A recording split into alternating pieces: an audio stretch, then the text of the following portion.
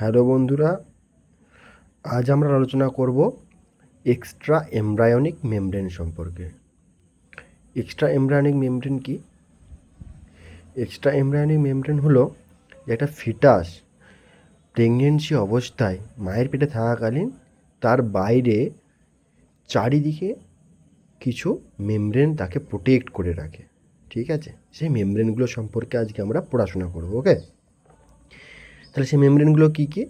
একটা হচ্ছে কোরিয়ন, একটা হচ্ছে অ্যামনিয়ন, একটা হচ্ছে অ্যালান্টয়েস, ইয়কস্যাক। ওকে, তাহলে এই চারটে মেমব্রেন ওই বেবিটাকে বা ফিটাসটাকে ঘিরে রাখে আমাদের মাদার ইউটেরাসের মধ্যে। ওকে, তাহলে কোনটা কোরিয়ন? সবার বাইরে যেটা রয়েছে সেটা হচ্ছে কোরিয়ন।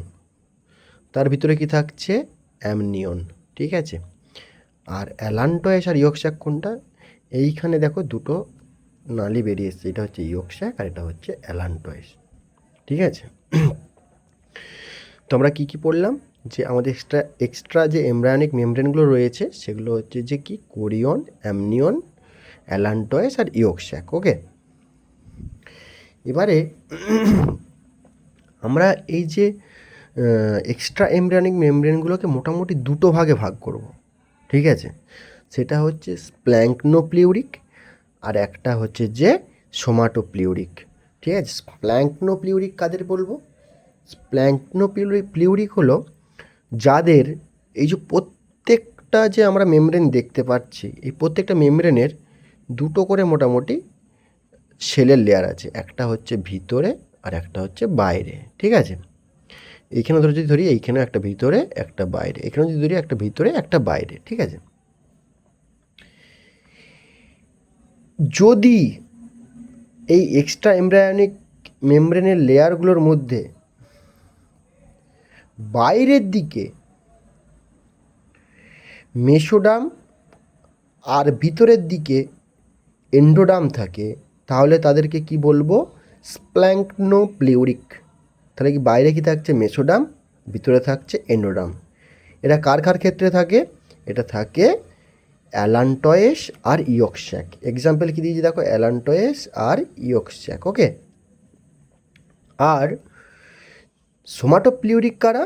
যাদের বাইরে থাকবে একটোডাম আর ভিতরে থাকবে মেসোডাম।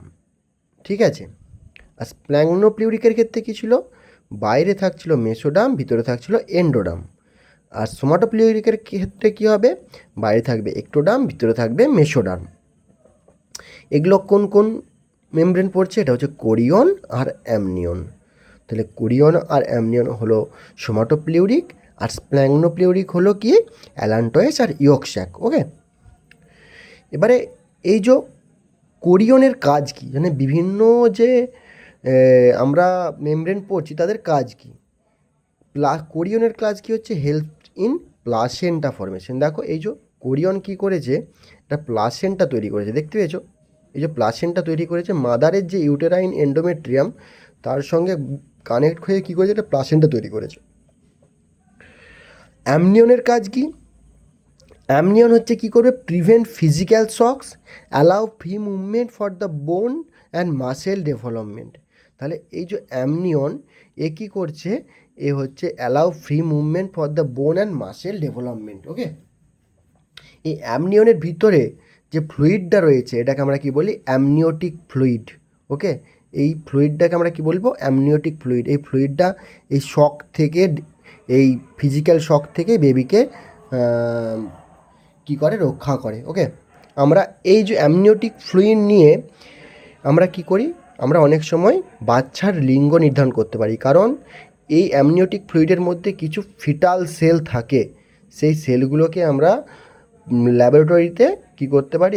এক্সপেরিমেন্ট করে বেবিটা স্ত্রী না পুরুষ, মেল না ফিমেল, সেটা আমরা নির্ধারণ করতে পারি। ওকে, আর সেই পদ্ধতিটাকে আমরা কি বলবো? এই যে অ্যামনিওটিক ফ্লুইড নিয়ে করলে সেটাকে বলবো অ্যামনিওসেন্টেসিস। ওকে, ইয়কস্যাকের কাজ কি? ইয়কস্যাকের কাজ হচ্ছে আরবিসি ফর্মেশন। তাহলে এই ইয়কস্যাক কী করে? বাচ্চা যখন ভ্রূণ অবস্থায় থাকে তখন কী করে? ও আরবিসি ফর্মেশন বা ব্লাড ফর্মেশনের ক্ষেত্রে সাহায্য করে।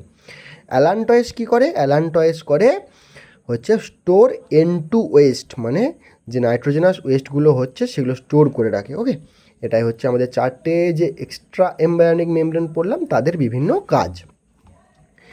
এরপর চলে আসি পারচুরেশন অ্যান্ড ল্যাকটেশন। পারচুরেশন কি?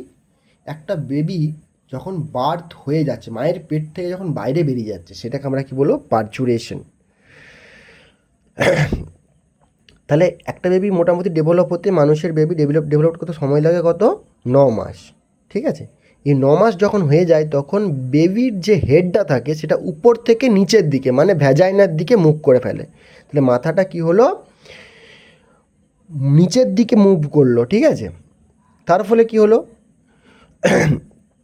একটা ছোট্ট ইউটেরাইন কন্ট্রাকশন দেখা যাবে যখন ফুললি বেবি মাথাটা নিচের দিকে ভ্যাজাইনার দিকে বা সার্ভিক্সের দিকে মুভ করেছে। তখন কি হবে? ওই একটা ছোট ইউটেরাইন কন্ট্রাকশন হতে আরম্ভ করবে। প্লাসেন্টা তখন কি করবে?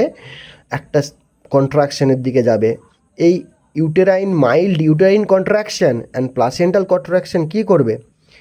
আমাদের ব্রেন থেকে মানে পিটুইটারির যে পস্টেরিয়র পার্ট রয়েছে সেখান থেকে কী খরিত হবে? অক্সিটোসিন হরমোন সিক্রেশন এর জন্য সিগন্যাল দেবে।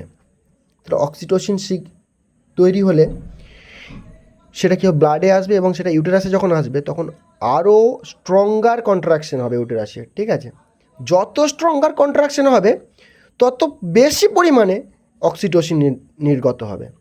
যত বেশি অক্সিটোসিন তত বেশি স্ট্রঙ্গার কন্ট্রাকশন, আর যত বেশি কন্ট্রাকশন তত বেশি অক্সিটোসিন তৈরি হবে ব্রেন থেকে। ওকে, আফটার দ্যাট মানে এরপরে যখন স্ট্রঙ্গার কন্ট্রাকশন হবে, বেশি বেশি পরিমাণে অক্সিটোসিন বেরোনোর ফলে কী হবে? প্রচুর পরিমাণে কন্ট্রাকশন হবে ইউটেরাসে। তখন কি হবে? তখন বেবিটা মায়ের পেট থেকে বাইরে বেরিয়ে আসবে। এটাকে আমরা পুরো ঘটনাটাকে আমরা কি বলবো? পারচুরেশন। আর বেবির বার্থের ঠিক পরেই কি হবে? প্লাসেন্টাটাও মায়ের শরীর থেকে বা শরীরের বাইরে বেরিয়ে চলে আসবে। ঠিক আছে, তাহলে কি হলো? প্রথমে বেবির হেডটা নিচের দিকে হলো, মানে উপরের দিকে ছিল, সেটা সার্ভিক্সের দিকে হলো। সার্ভিক্সের দিকে হওয়ার ফলে কি হলো? হওয়ার ফলে একটা ছোট ইউটেরাইন এবং প্লাসেন্টাল কন্ট্রাকশন দেখা দেবে। সেগুলো কি হবে? অক্সিটোসিন রিলিজ করবে। অক্সিটোসিন রিলিজ হওয়ার ফলে মাসেল কন্ট্রাকশন বাড়বে। আবার মাসেল কন্ট্রাকশন বাড়লে প্রচুর পরিমাণে অক্সিটোসিন রিলিজ হবে। তাহলে প্রচুর পরিমাণে অক্সিটোসিন রিলিজ হলে কী হবে? প্রচুর পরিমাণে জোরে জোরে মাসেল কন্ট্রাক্ট করবে এবং বাচ্চা আস্তে আস্তে শরীরের বাইরে বেরিয়ে চলে আসবে। এটাই হচ্ছে আমাদের পারচুরেশন প্রক্রিয়া। আর ল্যাকটেশন কি? ল্যাকটেশন হচ্ছে মিল্ক প্রোডাকশনের প্রক্রিয়া। ঠিক আছে, এখানে কী হবে? যখন প্রেগনেন্ট থাকবে তখন ওই ম্যামারি গ্ল্যান্ডগুলো কী হবে? ডিফারেন্সিয়েট করবে, প্রচুর পরিমাণে সংখ্যায় বেড়ে যাবে। ওকে, আর এই যে মেমারি গ্ল্যান্ডগুলো কী করবে? তখন প্রেগনেন্সির শেষের দিকে কী করবে? ল্যাকটেশন করবে। ল্যাকটেশন মানে মিল্ক প্রডিউসিং তৈরি করবে। ঠিক আছে, বলছে start producing milk toward the end of the pregnancy by the process called lactation.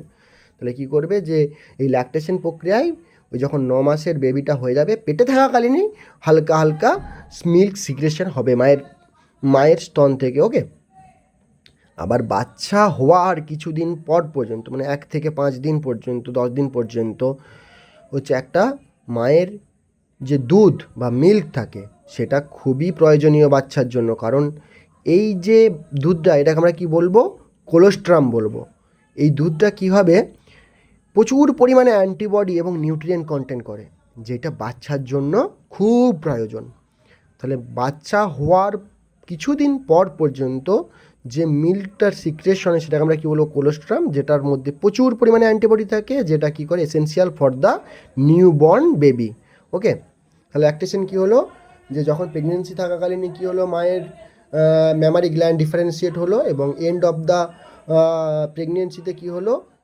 হালকা দুধ বা মিল্ক সিক্রেশন হতে আরম্ভ করলো। আর কোলোস্ট্রাম কি বললাম? কোলোস্ট্রাম হচ্ছে যে বাচ্চা জন্মানোর কিছুদিন পর পর্যন্ত যে মিল্ক প্রডিউস হবে সেটাকে কোলোস্ট্রাম বলবো, যেটার মধ্যে প্রচুর পরিমাণে কি থাকবে? অ্যান্টিবডি থাকবে। আর এবং এটা কিসে? বাচ্চার জন্য খুব এসেনশিয়াল। আমাদের এই ভিডিওর মাধ্যমে পুরো আমাদের রিপ্রোডাক্টিভ সিস্টেম আজকে কমপ্লিট হলো। যদি রিপ্রোডাক্টিভ সিস্টেম তোমাদের ভালো লেগে থাকে আমার পড়ানো, তাহলে তোমরা কমেন্টে জানিও এবং শেয়ার এবং সাবস্ক্রাইব করে দিও আমার এই চ্যানেলটিকে।